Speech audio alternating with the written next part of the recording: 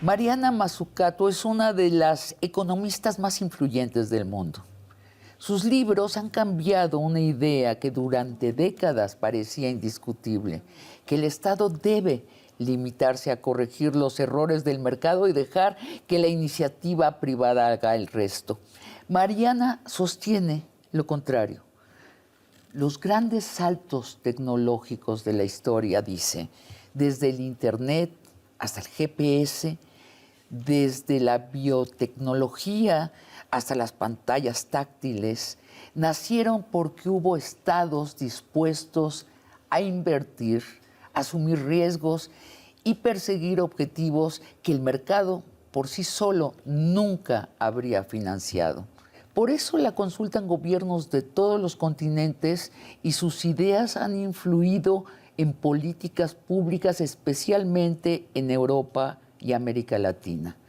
Aunque la doctora Mazzucato no es la autora del Plan México, buena parte de las ideas que ha impulsado en el debate internacional sirven de inspiración para el Plan México. Y la presidenta Claudia Sheinbaum la invitó como asesora para acompañar su desarrollo y evaluar periódicamente sus avances. El Plan México, por su parte, es la apuesta económica más ambiciosa del gobierno de Claudia Sheinbaum. Parte de una pregunta muy sencilla, pero gigantesca.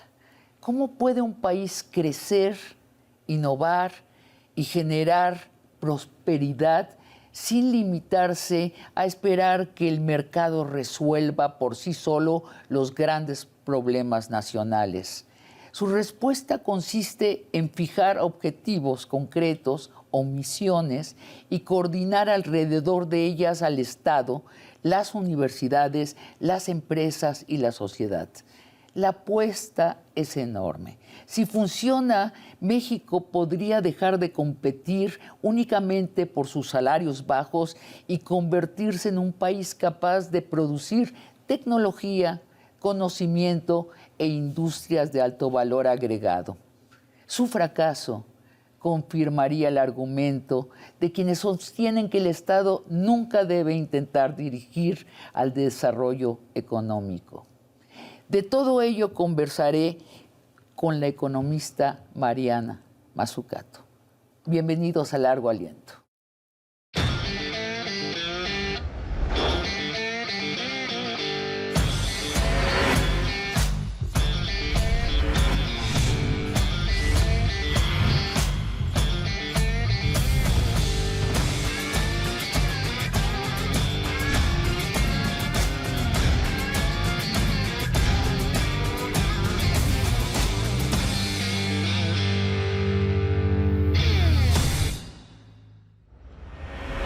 Mariana Mazzucato, bienvenida a Largo Aliento. Gracias, es un placer. Mariana, empecemos por despejar una confusión. Hay quienes dicen que tú eres la autora del Plan México. ¿Es cierto? ¿Cuál ha sido exactamente tu papel en el Plan México? Ok, contestaré en inglés y primero solo decir que te agradezco la entrevista. Todos los países tienen planes y a veces se pide a economistas de todo el mundo que los comenten.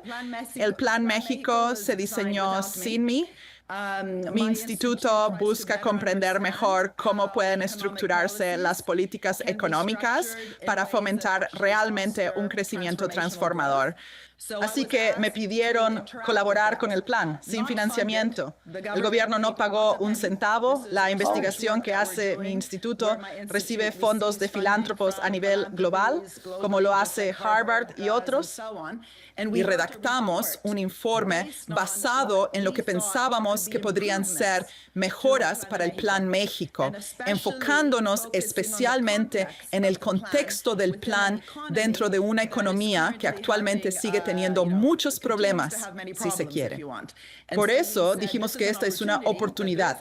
Existe un Plan México, pero para que realmente fomente un tipo distinto de crecimiento o solo crecimiento, hay que lograr que el sector privado invierta, tener bancos públicos adecuados que puedan operar de manera coherente, etc. Elaboramos un informe que ni siquiera ha sido terminado. Acabo de estar en México recabando opiniones de académicos locales sobre el informe. Pero por supuesto, yo no redacté el Plan México. Sería ridículo afirmarlo. Mariana, y sin embargo, el Plan México incluye varias de tus ideas centrales como economista. O sea, coincide contigo en el rumbo general de lo que hay que hacer en una economía. Si te parece, vamos una por una de esas ideas del Plan México y te pido que nos expliques primero la idea y luego la manera en que está funcionando. La primera idea es reorientar al Estado para que incentive la innovación a partir de misiones concretas. ¿Por qué trabajar con misiones concretas? ¿Y cuáles son las misiones concretas del Plan México? Creo que confundes dos informes. Está el Plan México y luego está nuestro informe sobre el Plan México. Lo que acabas de leer era sobre nuestro informe. El Plan México no tiene esas misiones concretas. No, lo que argumentamos es que el Plan México sigue estructurado en torno a áreas verticales. Por ejemplo, agua, energía, salud, economía, infraestructura. Exacto. El Plan México actual, que es parte de un plan muy importante, el Plan Nacional de Desarrollo, es muy ambicioso, pero sus áreas siguen siendo verticales. Las que mencioné son las principales áreas verticales. Y lo que argumentamos en el informe es que para enfrentar un problema clave que tiene México, que es el bajo nivel de inversión pública, y también el de un sector financiero que históricamente ha invertido muy poco en el lado productivo, cuanto más estas áreas se conviertan en problemas a resolver y que requieran inversión del sector privado y del sector público y del sistema financiero, especialmente los distintos bancos públicos que tienen, que funcionen de manera más coordinada, más coherente para resolver realmente los problemas, eso haría que, como se dice, crearía un plan más orientado a los resultados. Y así, por ejemplo, pensar en problemas específicos como la seguridad hídrica, la soberanía sanitaria, la energía limpia, la soberanía alimentaria, convirtiéndolos en misiones muy concretas que requieren de una coordinación intergubernamental, de una coordinación intersecretarial, pero también una mayor coordinación de las herramientas reales que el gobierno mexicano tiene a su disposición, menos dispersas, menos centradas en proyectos aquí y allá, más programáticas. Entonces pensamos que había una arquitectura del plan que podría mejorarse. Así que estábamos interactuando con el plan existente que yo no redacté. Pueden preguntarle al gobierno quién lo redactó. Y decíamos que es una gran oportunidad para una economía que ha estado bastante estancada. Pero para realmente catalizar la inversión necesaria, la innovación en un país que, por cierto, ha invertido muy poco en innovación, investigación y desarrollo, etcétera, sería más fácil implementar el plan. Porque cualquiera puede idear un plan. El problema es la ejecución. Puedo decirles que incluso en mi país, Italia, tenemos un problema de implementación. No hay problema en idear un plan. Mariana, ¿y cuáles son esas misiones que tienes detectadas y que sugieres que adopte el gobierno? Ok, ese no es mi papel. Nunca pensaría que debería ir con un gobierno y decirle cuáles son sus misiones. Dije, tienen el Plan México. Está organizado en áreas verticales. Necesitan acelerar el crecimiento. Y di un ejemplo de una misión muy concreta, dado que en México se habla de los problemas del agua. Hay un plan de agua, por ejemplo, que de nuevo no está completamente diseñado como una misión. Y dijimos, por ejemplo, que el objetivo de la presidenta de limpiar los ríos podría convertirse en una misión muy ambiciosa, lo que puede ayudar de nuevo a acelerar la innovación, la inversión y la capacitación. El ejemplo que dimos fue partir del enorme reto que tiene el gobierno en torno a la soberanía del agua para la prosperidad compartida y convertirlo en una misión concreta en la que trabajamos con la Secretaría del Medio Ambiente y Recursos Naturales, Semarnat. Dijimos, por ejemplo, y esto es solo un ejemplo, porque usando ejemplos o lo que yo llamo entornos de prueba, uno puede descubrir todas las cosas nuevas que tienen que suceder dentro de un gobierno, pero también en su relación con el sector privado.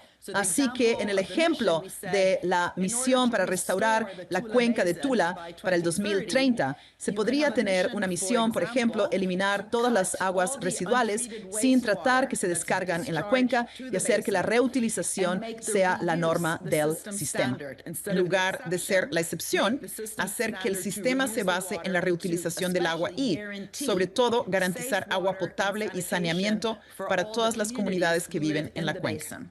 La siguiente pregunta que planteé en el informe que escribí, no en el del gobierno, fue ¿qué significa esto para la forma en que el gobierno trabaja entre la Secretaría de Energía, la de Medio Ambiente, la de Salud, porque la salud y el bienestar son fundamentales para las personas que viven en esas comunidades, la Secretaría de Hacienda y la de Economía? Tercero, ¿qué significa para el gobierno, a través de sus herramientas, tener una relación menos clientelista con el sector privado, que es uno de los problemas en México, como en otras economías, y trabajar con todos estos distintos sectores, viendo el agua no como un sector, sino como un problema a resolver?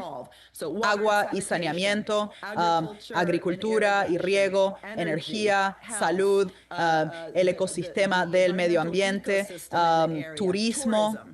La forma en que gestionamos el turismo puede dañar el ciclo del agua o ayudarlo. Cómo gestionar incluso nuestros centros de datos hoy, que desperdician tanta agua para enfriarlos. Este es un problema en algunas partes del mundo. Sin duda hay que pensar en el uso de la tecnología digital y los datos, así como los servicios digitales necesarios para lograr esa misión. El siguiente paso es ¿qué implica esto para los distintos bancos del sistema? Por ejemplo, Banobras, Nafin, Bancomext, Fonadin y FIRA, que ya existen, pero operan principalmente en proyectos pequeños. ¿Cómo podrían integrarse a la misión para ayudar a financiar proyectos donde el todo es mayor que las partes? A eso me refiero con mayor alineación y coherencia. Y, por supuesto, esto solo en lo que respecta al financiamiento. Por el lado de la demanda, se necesitan compras públicas, procurement en inglés, para que actúen como un instrumento del gobierno que ayude a crear un mercado para las pequeñas y medianas empresas que trabajan con el gobierno en la restauración de la cuenca del río Tula, permitiéndoles crecer de verdad y expandirse. En muchos países se habla de startups, pero si son empresas recientes o pequeñas, no crecen, no crean empleos, ni se benefician de los programas de gobierno. Por eso, procurement es un instrumento del lado de la demanda, en español, compras públicas que pueden ayudar a las pequeñas empresas a crecer. En el informe comenzamos con un ejemplo de una misión relacionada con el agua, la cuenca del Tula. Analizamos los aspectos interdepartamentales e intersectoriales y los proyectos que pueden financiarse a través del sistema financiero público y privado y que permiten que las empresas que reciben financiamiento crezcan mediante instrumentos del lado de la demanda. Esta es una misión que está contenida dentro de México, pero me imagino que puedes detectar otras misiones que tienen que ver con la situación mundial de México. Otros países, yo no soy economista, soy una escritora, pero he leído de otros países que han encontrado nichos, o sea, lugares donde el invertir para que el país se pueda volver exportador. ¿Qué distingues en México? Sí, es una pregunta muy importante, sobre todo en Latinoamérica, donde en muchos países los gobiernos se han centrado demasiado en uno o dos sectores. Por ejemplo, Chile y Argentina han sufrido lo que se llama la maldición de los recursos naturales. Tomemos el ejemplo de una misión sobre clima y sostenibilidad que requiere electrificación. La electrificación requiere baterías, las baterías requieren litio. Si el litio se extrae de forma problemática, insostenible para el medio ambiente, usando demasiada agua, explotando a la fuerza laboral y explotando a las comunidades indígenas locales, eso es grave. Así que al tener una misión, por ejemplo, sobre sostenibilidad en Chile, lo que hizo el gobierno del presidente Boric fue asegurarse de que la forma en que se extraía el litio se hiciera de forma correcta. Esto implicaba menor consumo de agua, que fuera más sustentable, buenas condiciones laborales con salarios mínimos a los trabajadores de esas plantas y un trato respetuoso hacia las comunidades locales. No digo que lo hicieron perfecto. El punto es que el poder de una misión radica en la forma con la que se apoya a un sector o cómo éste interactúa con los programas de gobierno, queda condicionada a que el sector haga un buen trabajo en vez de recibir un subsidio, una ayuda, un rescate financiero, un incentivo fiscal. Y por eso, en el informe que redacté, basándome en 30 años de experiencia, creo que esta es la razón por la que algunos gobiernos, no todos, están interesados en este trabajo. Dije que necesitamos alejarnos de las alianzas público-privada parasitarias y clientelistas para avanzar hacia alianzas basadas en la reciprocidad, el mutualismo y demás. En otros países, que es tu pregunta, lo que me ha interesado es cómo utilizar estas herramientas, ya sea un préstamo, un subsidio o las contrataciones públicas, para incentivar a empresas de distintos sectores a trabajar con el gobierno y resolver un problema. El gran problema en muchas partes de América Latina es la maldición de los recursos naturales. ¿Cómo podemos utilizar la extracción de un recurso para desarrollar una nueva industria, por ejemplo, los servicios digitales? Los servicios digitales que necesitamos para que la extracción sea más sostenible y genere menos desperdicio, esa es la pregunta. ¿Cómo podemos utilizar la inteligencia artificial para esa misión del gobierno? Suelo usar el ejemplo de Dinamarca porque es un país diminuto. Sí, está en Europa, sí, está en el norte global, pero es un país muy pequeño y es muy interesante ver cómo se han convertido en un líder mundial en servicios verdes digitales de alta tecnología a través de la misión de Copenhague. Copenhague quería ser la ciudad más verde del mundo y el gobierno local, el alcalde, acabó trabajando con las startups locales para ofrecer viviendas sostenibles, transporte sostenible y alimentos sostenibles para los comedores escolares. Y estas pequeñas empresas que proporcionaban servicios verdes digitales pudieron crecer y luego trabajaron con el campeón nacional, Vestas. Y hoy Dinamarca es el primer proveedor de China de servicios verdes digitales de alta tecnología. Es un ejemplo de cómo ascender en la cadena de suministro. En lugar de pensar solo en la energía renovable, ¿cuáles eran los servicios digitales que Dinamarca necesitaba para fomentar esta economía verde en todos los ámbitos? Vivienda, construcción, materiales, transporte. Creo que las lecciones para México son enormes. Si pensamos en los problemas de salud, de energía limpia, de alimentación, de agua, que son fundamentales para el Plan de México, ¿cómo convertirlos en problemas que requieran escalar en la cadena de valor? ¿Cómo hacer que sean problemas en los que la ciencia, la industria y la academia colaboren con el gobierno de una forma más funcional y menos disfuncional? Mariana, una de las palabras que aparece mucho en el Plan México y que nunca aparecía en los otros planes nacionales de nuestro país es la palabra innovación, a lo que estabas aludiendo. Explícanos más, ¿cómo creer que México puede ser innovador? No traer la innovación, sino ser innovador. Es una gran pregunta. Primero, el crecimiento es impulsado por la inversión y la innovación. Históricamente, México ha tenido en los últimos años bajos niveles de inversión e innovación. Eso ayuda a explicar su bajo crecimiento. De hecho, el gasto en investigación y desarrollo en México se redujo cerca del 0,4% del PIB en 2015, creo que fue, al 0,25% en 2024. Es uno de los niveles más bajos de la OCDE. Eso no es bueno. Cualquier país puede decir, aumentaremos la investigación y el desarrollo, aumentaremos la innovación. No conozco ningún país que no lo diga. Es un eslogan. La pregunta es cómo transformar ese eslogan, más investigación y desarrollo, más innovación, más patentes, más productividad, en requisitos concretos para lograr realmente las metas que se ha fijado el Plan México. Esa es la cuestión.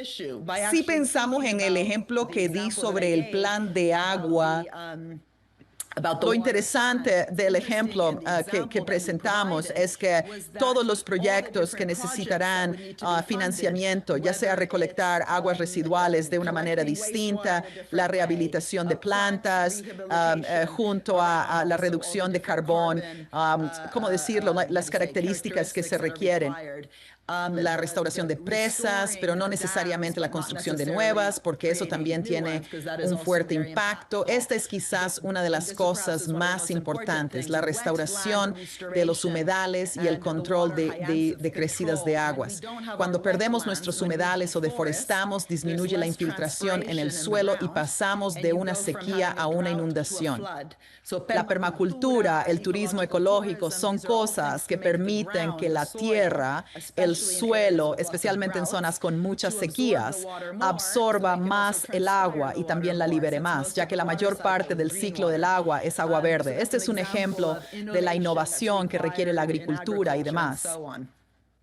Desarrollo de proveedores de tecnologías del agua, fondos para cuencas fluviales con buenas alianzas en materia de agua, y hay otros ejemplos que dimos en el informe que requieren inversión e innovación. Ese es el punto central. Para que el Plan México sea coherente con su enfoque en la innovación, la pregunta es dónde encontrar la innovación y la inversión necesarias para el Plan de México, en lugar de verlo como un objetivo económico. Creo que la palabra clave en el Plan México es la idea de la prosperidad compartida, porque podemos tener prosperidad, pero si no se comparte con la comunidad, entonces no es un buen crecimiento, es un crecimiento que genera más desigualdad. Hagamos una pausa y regresamos con la palabra prosperidad compartida, que es uno de los ejes importantes del Plan México. Volvemos. Mariana Mazzucato, nos quedamos en prosperidad compartida, una de las expresiones también centrales del Plan México. Explícanos. Primero, no es un concepto tan original. En toda América Latina, incluso, por ejemplo, en el gobierno de Gustavo Petro en Colombia, también se habló de prosperidad compartida, economía popular. La cuestión es cómo hacer que, de nuevo, no sea un eslogan, sino algo real. Y de esto es de lo que hablamos en nuestro informe. La idea detrás de la prosperidad compartida, shared prosperity, es encontrar un nuevo modelo de desarrollo que genere crecimiento y a la vez se asegure que el crecimiento se comparta a nivel regional, para que no haya crecimiento solo en una parte del país y no en otra, que se comparta con diferentes comunidades, con comunidades indígenas, con trabajadores, y también que tenga una estrategia industrial detrás, por ejemplo, el nearshoring, pero que al final tenga un crecimiento que maximice el bienestar social, reduzca la pobreza y fomente la integración regional. En el informe que escribí para cuestionar al gobierno, porque de nuevo yo no trabajo para el gobierno de México. Si algún día me invitan, lo pensaría, pero no es mi caso. Okay. Soy una economista independiente con un instituto de investigación que busca que los gobiernos progresistas, de los cuales México es tan importante, hay muchos gobiernos regresivos, México tiene un gobierno progresista que al menos habla de prosperidad compartida, que empieza a hacer cambios en salud como una oportunidad para todos, en vivienda para todos, e invirtiendo en la limpieza de ríos que están sucios para beneficio de todos. ¿Qué implica usar estas ambiciones para primero fomentar el crecimiento? Eso es prosperidad, pero luego hay que compartirla. Y en un país con tanta desigualdad y vulnerabilidad, donde la informalidad ronda el 55% del empleo y donde la participación de los trabajadores en los ingresos, todos se quejan del PIB como una medida, pero incluso con la medida clásica del PIB puedes ver qué proporción de ese ingreso va a los trabajadores. Y en México es de apenas el 32% del PIB, lo cual es muy bajo internacionalmente comparado con Chile, que es como el 65%. En Brasil es el 63%, similar a Alemania. Entonces, ¿cómo aumentar el porcentaje que los trabajadores reciben del ingreso total del país, en lugar de esta distribución desigual? ¿Cómo asegurar que no solo se trate de ingresos, sino de las voces de las comunidades en el terreno? Que el Plan México no solo sea planes tecnocráticos impuestos desde arriba o desde la élite, sino que las comunidades locales, incluyendo trabajadores e indígenas, tengan una voz. Esto es lo que escribí en el reporte, lo que sugerí, para que la prosperidad compartida pueda ser real y no un eslogan. ¿Cuál es el método? Porque sí, en México somos expertos en slóganes muy socialistas y a la mera hora no ha sucedido. Dijiste una cifra, nada más déjame comunicarte una cifra que usamos acá en el programa. Igual está equivocada, pero decimos que los empresarios mexicanos en promedio quieren quedarse con el 70% de las ganancias y distribuir solo el 30% en salarios, y que eso es el motor de nuestra desigualdad. No hay ningún misterio. Exacto, eso es lo que decimos en mi informe. Sí, déjame repetir, creo que hubo mucha confusión. Fui hace poco a México por dos razones. Una, para reunirme con algunos secretarios, porque considero que el Plan México es sumamente importante como plan. Dos, hicimos talleres sobre cómo hacerlo realidad. Si no, como dices, es solo un eslogan. Y tres, para recibir feedback, hicimos un taller a través de una red que dirijo con académicos de la UAM y la UNAM. De hecho, estudié en la UNAM en el 89, así que ahí dejé una parte de mi corazón.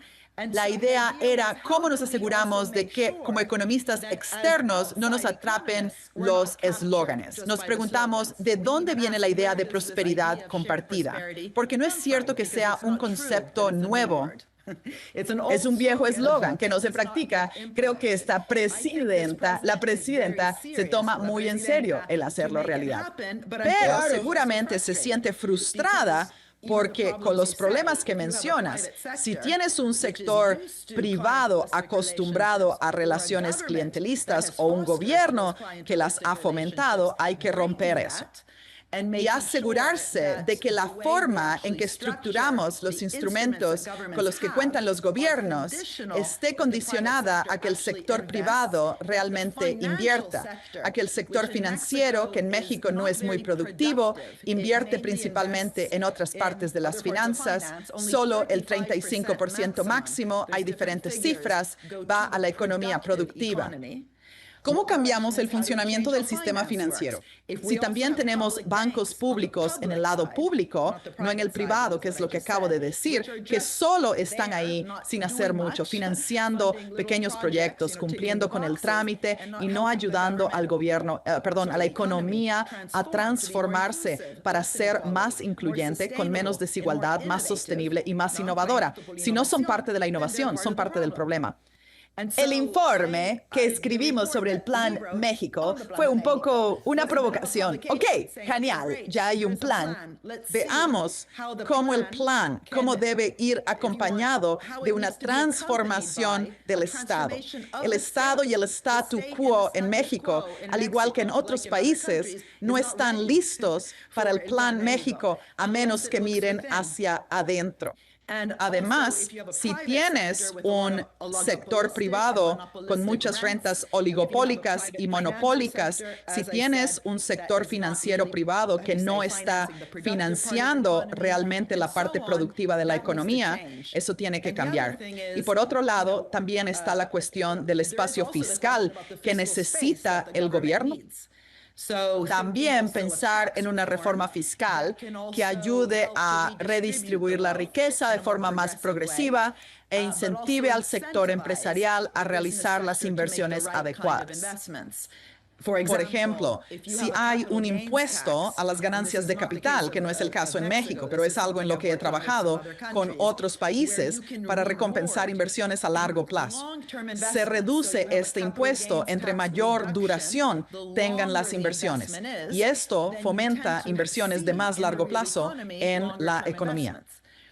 Si, por el contrario, el sistema fiscal no diferencia entre inversiones a largo y corto plazo, no es de extrañar que tengas un sector empresarial más extractivo.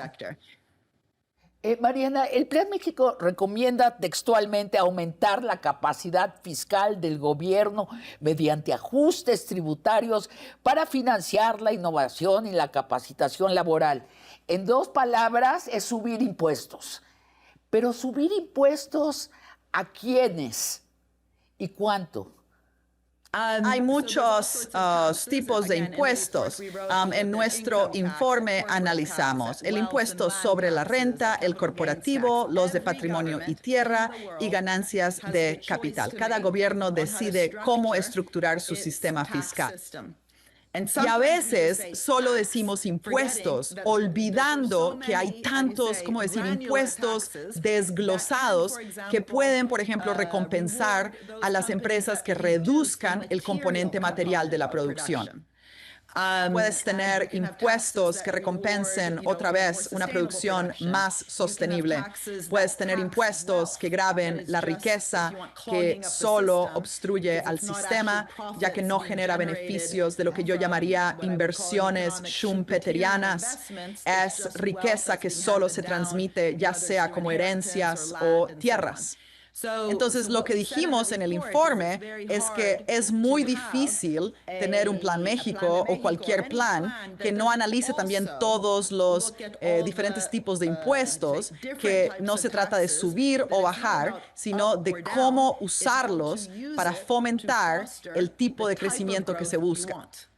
Acá en Largo Aliento, Raquel Buenrostro, antes directora del SAT, luego secretaria de Economía, nos estimó que el 50% de los comerciantes en México son informales, no están registrados, no pagan impuestos. Es un problema importante de la economía de México. ¿Qué aconsejas tú? ¿Cómo remediarlo? Sí. Primero que nada, no hay que olvidar que la recaudación fiscal en México es de las más bajas de la OCDE. Creo que apenas llega al 18% del PIB. Esa fue la cifra en 2023. No sé el dato exacto de hoy. Es de las más bajas de la OCDE y está por debajo del promedio latinoamericano, que es lo más importante en términos de promedio regional. Una de las cuestiones clave es, por supuesto, la implementación. Lo sabes, si se quiere, se puede, pero también hace falta capacidad para lograrlo. Una de las cosas que mencionamos en el informe es que hay que invertir en las instituciones y en la capacidad interna del gobierno para poder administrar e implementar el plan. Si no, no tiene sentido hablar de algo si luego no invertimos en ello. Pero el problema es que la base en sí es muy estrecha y actualmente en cuanto a impuestos al patrimonio, a las herencias, a la propiedad, a las rentas del capital en el sector financiero, todas estas son áreas, otra vez, patrimonio, sucesiones, propiedad, rentas del capital, finanzas, y son áreas donde en algunos países, con una agenda progresista como la tiene México, la idea es también asegurarse de que no estemos cobrando impuestos solo por cobrar. Eso podría frenar el crecimiento, pero una agenda de crecimiento necesita esa base de ingresos y este tipo de impuestos que no afectarán a los pobres ni a la clase media, sino que simplemente redistribuirán los ingresos de quienes han ganado demasiado en las últimas décadas de la forma que bien describiste antes. Ese es el portafolio, las opciones que tiene un gobierno. Lo que México decida hacer con esos impuestos es una decisión de México.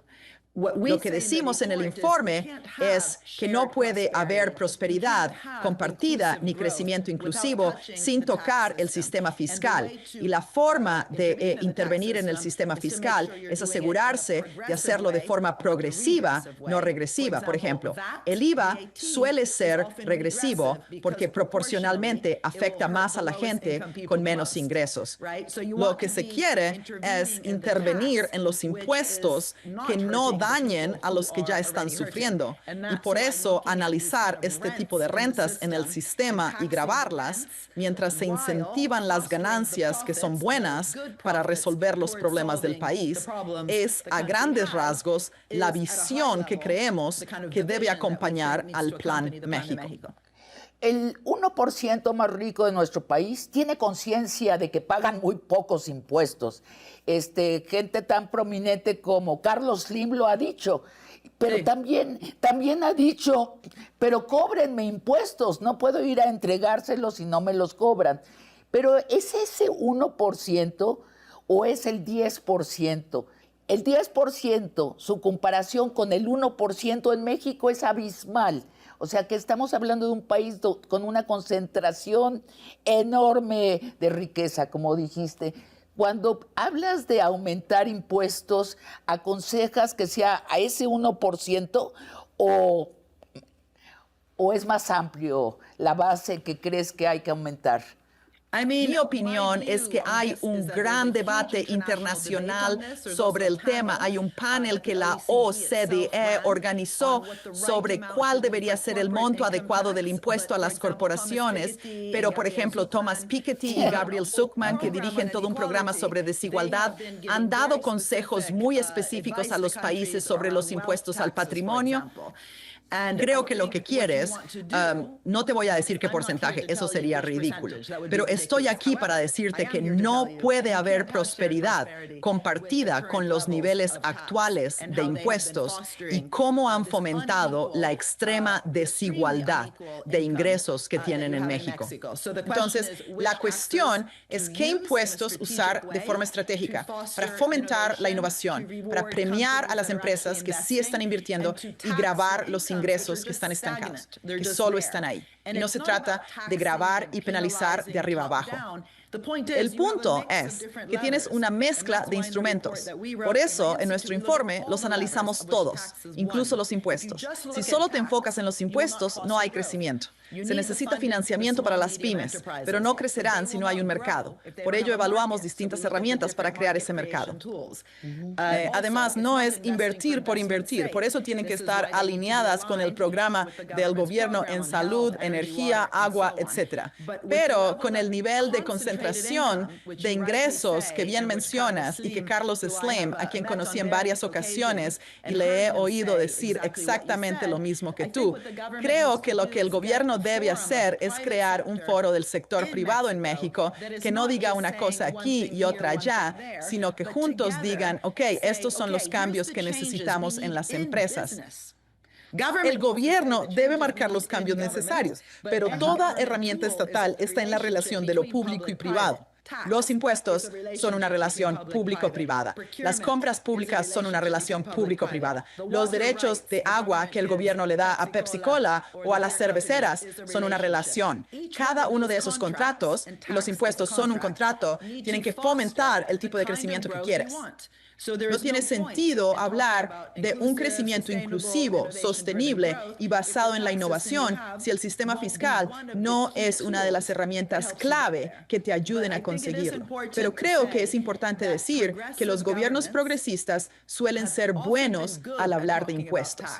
No son tan buenos hablando de creación de riqueza y crecimiento, porque no hay nada que grabar si la economía no crece. Sí, claro, la innovación muy bienvenida del Plan México es ver al país en su conjunto y tratar de hacer todos juntos, crear el crecimiento.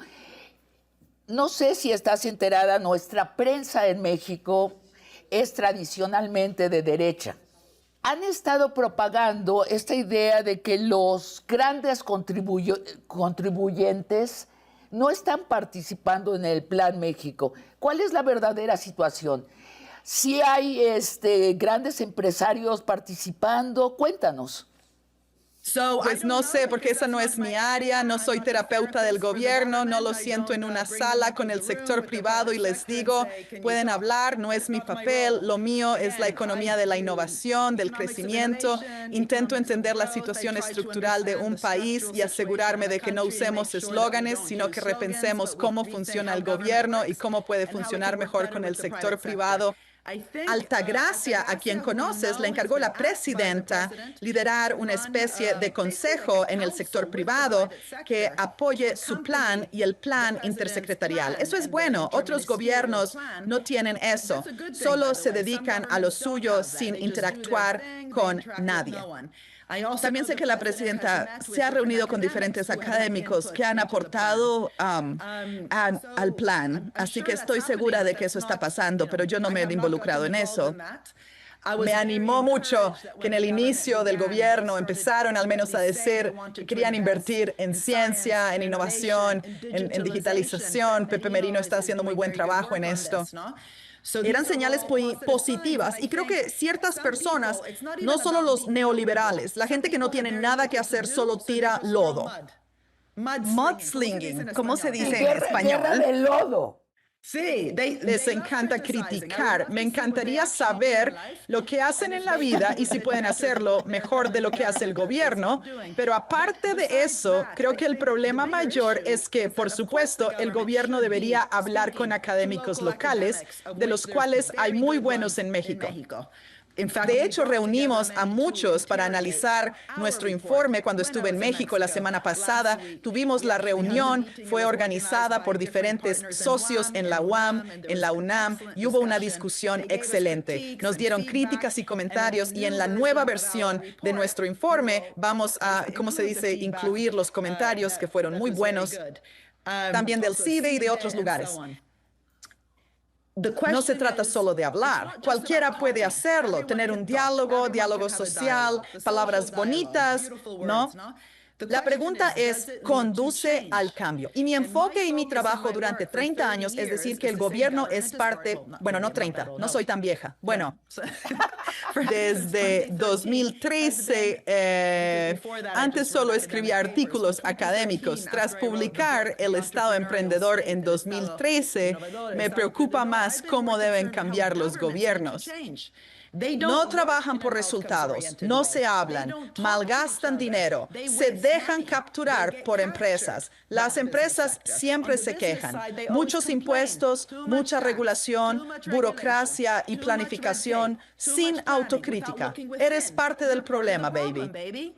Como en Alcohólicos Anónimos. Nunca fui, pero vi las películas. Dicen, soy alcohólico. El gobierno debe decir, soy X, soy parte del problema. Las empresas igual, soy X, soy parte del problema. Los financieros, soy parte del problema. Si no admites ser parte del problema, no me importa cuál crees que sea la solución.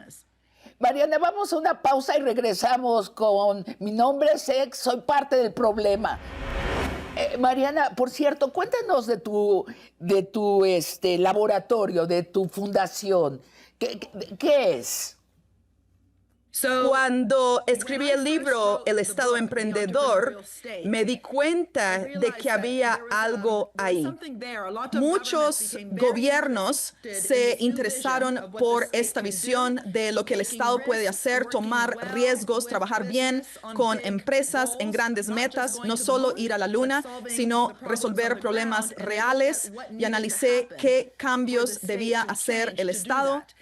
Luego me di cuenta, es solo un libro. ¿Y qué? ¿Cómo capacitamos al servicio público? ¿Cómo creamos un nuevo tipo de burócratas, una burocracia creativa? Y escribí varios libros sobre esto, entre ellos Misión Economía. Pero el instituto que luego fundé, que de hecho es un departamento en una universidad pública financiada por el Estado, una de las mejores del mundo, el University College of London. El instituto se llama Instituto para la Innovación. El propósito público en la innovación. How do we bring el propósito público en la innovación al centro de la economía, al centro también a la teoría económica? ¿Qué significa, por ejemplo, en lugar de pensar que el Estado reparará las fallas del mercado, pensar en crear una economía para la gente y el planeta? ¿Qué supone esto para la teoría, la práctica y la formación? Los tres pilares en los que trabajamos son la teoría. Tenemos doctorandos y postdoctorandos que ayudaron con el informe. Por eso necesitábamos fondos para la investigación, no del gobierno mexicano. Hacemos práctica y políticas públicas. En Brasil, por ejemplo, trabajamos en compras públicas, empresas estatales e infraestructura pública digital. El tercero es la educación. ¿Qué plan de estudios nuevo necesitamos? Por ejemplo, si eres un empresario y haces un MBA, maestría en administración, el plan de estudios es muy emocionante. Gestión estratégica, ciencias de la decisión, comportamiento organizacional. Pero si eres un servidor público, el plan de estudios es muy aburrido. Así que no sorprende que acabemos teniendo una mala burocracia. Y lo que hacemos es algo llamado teorización basada en la práctica que conecta nueva teoría, nueva práctica y nueva educación. Y trabajamos con gobiernos de todo el mundo, no financiados por el gobierno, sino con becas para la investigación o por fundaciones filantrópicas. Lo mismo ocurre con Joe Stiglitz en Colombia, un poco distinto, pero también se financia con becas, al igual que Danny Roderick. ¿Por qué estudiar a México? ¿Por qué te resulta interesante? Bueno, yo amo México porque estudié en la UNAM, ya lo dije, en el 89. Me quedé con un pedazo del corazón. No. Aparte de eso, el punto es que México tiene un plan progresista. Paremos aquí. Hoy no hay muchos gobiernos en América Latina con un plan progresista. Está Brasil con Lula. Guatemala, estuve allí hace poco porque el presidente leyó mis libros, quería conversar, tuvimos una gran charla. México tiene una estrategia muy progresista, por eso me interesó el Plan México, pero no hay tantos. Y me interesan los gobiernos progresistas, porque creo que para ser progresista no basta con redistribuir la riqueza. Hay que crear un tipo distinto de riqueza desde el principio. Hay que crear valor de forma distinta. Mi nuevo libro, La economía del bien común, aquí está, un poco de marketing. La economía del bien común, una nueva brújula. Se traduce al español en septiembre y trata de cómo, para alcanzar el bien común, las relaciones entre lo público, lo privado, el capital, el trabajo y los ciudadanos deben cambiar en el camino. Como decía Aristóteles, el telos y la polis. El problema de México y la razón por la que me parece tan interesante es A, hay un plan progresista, B, hay enormes problemas dentro del aparato del Estado y en el sector empresarial y una enorme desigualdad, pero el objetivo es sumamente importante, la visión que hay con el plan de agua, el plan de salud, etc. Así que me interesó ayudar a este gobierno con el informe y los talleres. Ni un peso fue a mi bolsillo. Los fondos fueron al instituto para que lo hicieran bien. Y claro, podemos estar equivocados. Estoy segura de que reciben otras asesorías de científicos y empresas locales. Este fue nuestro intento de plantear cómo podemos lograr una prosperidad compartida, creando riqueza y valor de una manera diferente desde el principio y compartiéndola en el camino con todos los que crean el valor, incluidos los trabajadores, las comunidades indígenas, y no simplemente permitir que ese valor sea extraído por el 1%, como bien dijiste antes. Mariana, casi la última pregunta. Quiero hablar de tu frase, que nos comentes tu frase. Es una frase que leí en The Guardian. Dices, es importante que una sociedad sea capaz de soñar. Háblanos de esa frase, porque se suponía que ya estábamos al final de la historia Y ya no deberíamos estar soñando como sociedades. Sí, esto es porque tengo un nuevo proyecto sobre cómo medimos el valor, por ejemplo, de las inversiones que hacemos en artes, en cultura, en teatro, en poesía o en un carnaval. ¿Cuál es el valor de eso? Y creo que el valor de la cultura es que también nos ayuda a ver el mundo con otros ojos. Cuando Roosevelt, durante la Gran Depresión, para la recuperación, puso a artistas y diseñadores al centro de la administración para el progreso de obras como parte del New Deal, fue muy importante porque sin ellos los programas de recuperación son solo ladrillos, cemento y construcción en vez de repensar qué queremos como sociedad. Es interesante que los parques públicos y los parques nacionales de Estados Unidos surgieron en ese periodo cuando el presidente incorporó a artistas y diseñadores. Y me inspiró mucho el ministro de Cultura de hace décadas, Celso Furtado, en Brasil, quien dijo, la política cultural es una política de desarrollo. Si invertimos en cultura, si invertimos en artes, asegurándonos que estén al alcance de todos. Pensemos en todas las especialidades y la red de actividades que hay en un carnaval, los disfraces, las bandas, la samba en Brasil. Es un sistema de producción que funciona durante todo el año, pero no lo valoramos. Cuando vemos el valor de un carnaval, solo nos fijamos en la venta de boletos, los ingresos. Cuando vemos el valor de un museo, vemos cuántos boletos se vendieron, lo que después fomenta espectáculos masivos, en lugar de centrarnos en qué significa dirigir un museo que atraiga a personas que nunca han estado en un museo o exponer a artistas que normalmente son excluidos de las instituciones culturales de élite. Y eso es parte de este proyecto que estamos haciendo. Acerca de la pregunta sobre soñar que mencionaste, la mejor manera de explicarlo es una cita maravillosa de Antoine de Saint-Exupéry, que escribió El Pequeño Príncipe, El Piccolo Príncipe. ¿Cómo se dice? Pequeño. El Principito.